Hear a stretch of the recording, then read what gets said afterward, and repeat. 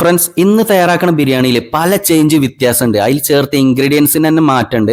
അപ്പം അങ്ങനെ മാറ്റി കഴിഞ്ഞാൽ വേറെ ലെവൽ ബിരിയാണി തന്നെയാണ് കേട്ടോ. അതേപോലെ തന്നെ 90% ആൾക്കാരും ബീഫ് ആണെങ്കിലും ചിക്കൻ ആണെങ്കിലും സെപ്പറേറ്റ് കുക്ക് ചെയ്തതിന് ശേഷം മിക്സ് ചെയ്യാറുള്ളത്. അതിൻ്റെ ഒന്നും ആവശ്യമില്ല. അപ്പോൾ കണ്ടു നോക്കി, 1 കിലോ ബീഫും 1 കിലോ അരിയാണ്. അപ്പം നെയ്യോടെ എടുക്കുക. പിന്നെ കറണ്ട് ഇല്ലാത്തതുകൊണ്ട് കേട്ടോ ചതക്കണ്, അല്ലെങ്കിൽ മിക്സിയിലിട്ട് ചതച്ചാൽ മതി. വെളുത്തുള്ളി, ഇഞ്ചി, പച്ചമുളക്, 2 തക്കാളി, 2 സബോള. കുക്കറിലാണ് തയ്യാറാക്കണത്, പെട്ടെന്ന് തയ്യാറാക്കാം. പൊടി ഐറ്റംസ് ഞാൻ പെട്ടെന്ന് പറഞ്ഞു പോകട്ടോ. അപ്പോൾ അല്പം മഞ്ഞൾപ്പൊടി. ഇതാണ് പ്രധാനപ്പെട്ട സാധനം, മട്ടൻ മസാല. ഏത് കമ്പനി എടുക്കുക, 50 ഗ്രാം എടുക്കുക, അയക്കാൻ തട്ടി കൊടുക്കുക. 1 കിലോന് 50 ഗ്രാം മതി. ഇനി ഇതിലേക്ക് നമുക്ക് മുളക് പൊടി വേണ്ട, അതൊരു ടീസ്പൂൺ ഇടാം. സെയിം അളവ് തന്നെ പെരിഞ്ജീരകത്തിന്റെ പൊടി കേട്ടോ. ഇനി ഇതിലേക്ക് അല്പം കുരുമുളക് പൊടി, പിന്നെ മല്ലിപ്പൊടി നമുക്ക് 2 ടീസ്പൂൺ വരെ ഇടാം. ഓക്കെ. ഇനി ഇതിലേക്ക് ബിരിയാണി മസാല, ആവശ്യത്തിന് ഉപ്പ്, പിന്നെ വിനാഗിരി വേണ്ടത്, അത് ഒരു 1.5 അടപ്പ് വരെ ഒഴിക്കാം. പിന്നെ കറിവേപ്പ്, മല്ലിച്ചപ്പും പൊതിയിനി.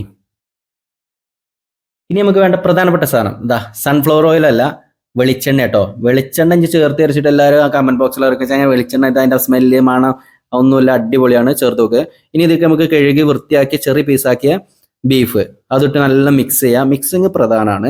ഇനി ഇതിലേക്ക് വേണ്ടത് 1/2 കപ്പ് തൈര്, അതിട്ട് നല്ല മിക്സ് ചെയ്ത് ഒന്ന് അമർത്തി വെക്കുക. അതിനുശേഷം ഇതിലേക്ക് മല്ലിച്ചപ്പ്, പൊതീന, കറിവേപ്പ്, വീണ്ടും എന്ത് വേണം, വെളിച്ചെണ്ണ വേണം. അത് മിക്സ് ചെയ്യുക. നമ്മൾ സൺഫ്ലവർ ഉപയോഗിക്കണേ അല്ല കേട്ടോ.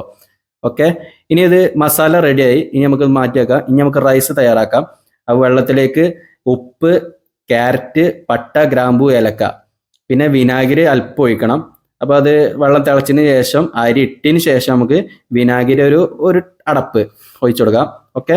അപ്പോൾ അരി ഒട്ടാതിരിക്കാൻ വേണ്ടിയിട്ടാണ്. ഇപ്പോൾ 90% കുക്കായതിന് ശേഷം മാത്രം നമുക്ക് ഡയറക്റ്റ് ബീഫിൻ്റെ മേലേക്ക് റൈസ് ഇടുക. ഓക്കെ. ഇതിൻ്റെ മേലെ നമുക്ക് ഒഴിക്കേണ്ട സാധനം എന്ന് പറഞ്ഞാൽ നെയ്യും വെളിച്ചെണ്ണയും കൂടി മിക്സ് ചെയ്താണ് അതിൻ്റെ മേലെ ഒഴിക്കുക. ഇനി ഒരു വിസിൽ കേട്ടോ. ഒരു വിസിൽ ആവി കളയാൻ പാടില്ല, അപ്പം തന്നെ തട്ടുക. പിന്നെ എപ്പോഴും നിങ്ങൾ ഫുഡ് കഴിക്കുന്ന ടൈമിൽ മാത്രം തുറക്കുക. ഏകദേശം ഇത് 2 മണിക്കൂർ ആയിട്ടുണ്ട് കേട്ടോ. ഏകദേശം 1.5 മണിക്കൂർ ആയിട്ടുണ്ട്. അതിന് ശേഷമാണ് ഞങ്ങളിത് പൊട്ടിക്കണത്. അപ്പോൾ എല്ലാം അടിപൊളിയായിട്ട് കുക്കായിട്ടുണ്ട്. ഇനി ബീഫിന്റെ കുക്കിങ് ഞാൻ കാണിച്ചത് എത്രമാത്രം വെന്തിക്കണം എന്ന് അറിയണ്ട. നല്ല ചൂടാണ്. അപ്പോൾ കണ്ടോ കണ്ടോ, സംഗതി സിമ്പിളായിട്ട് ഇത്ര എളുപ്പമാണ്. അല്ലാതെ സെപ്പറേറ്റ് വേവിച്ച് ഒന്നും ആവശ്യമില്ല.